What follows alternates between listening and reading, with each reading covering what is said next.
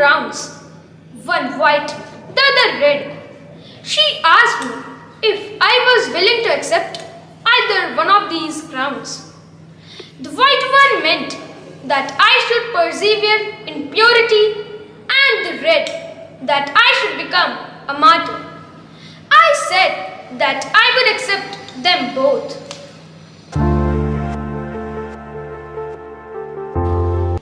A very good morning to the Francerian family. Today, August 14, is the feast day of Saint Maximilian Kolbe, a priest whose life was full of difficulties and sufferings. Yet, he continued to pursue and fulfill his vocation as a priest. He was known throughout his life as the Knight of the Immaculate.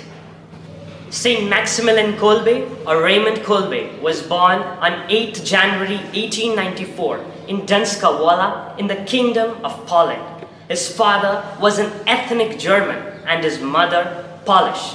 Raymond developed a strong religious yearning from an early life.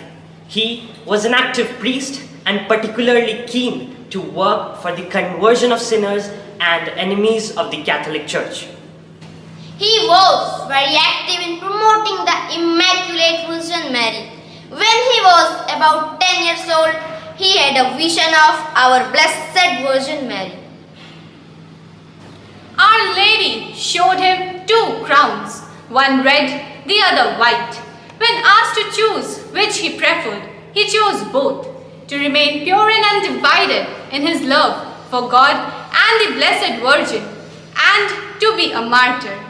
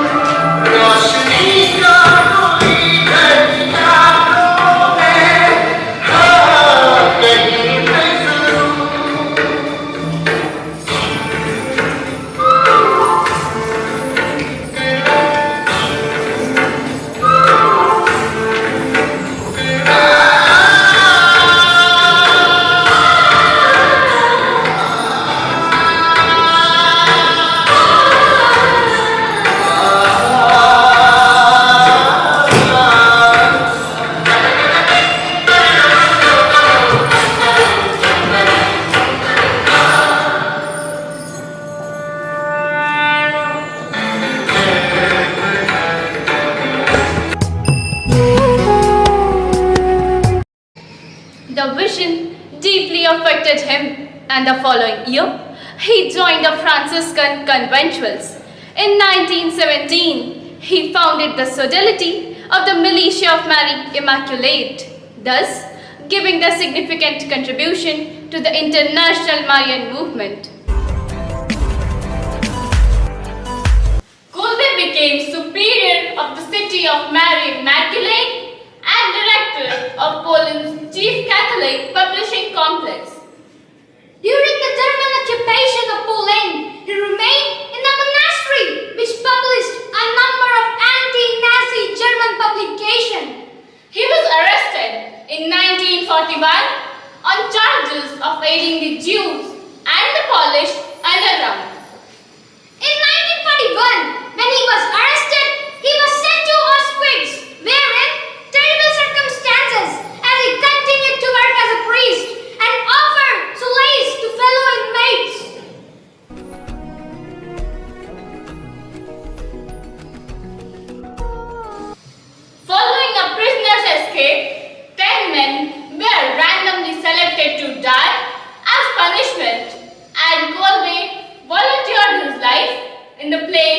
of Francis Gajamzek, who was married with young children.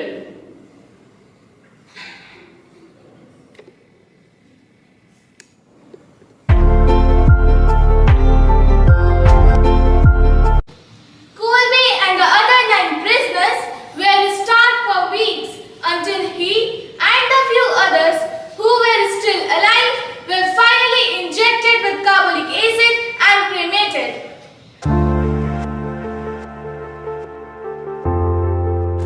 Greater love than this no man hath, that a man lay down his life for his friends. That verse certainly comes to mind whenever I think of Saint Maximilian Kolbe, whose feast we celebrate today. So, it's not surprising to read that these were the opening words of the papal decree introducing his beatification.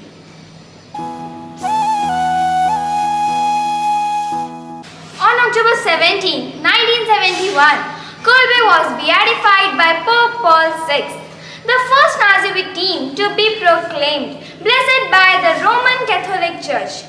In 1982, Pope Paul II canonized him, proclaiming also that he was to be venerated as a martyr.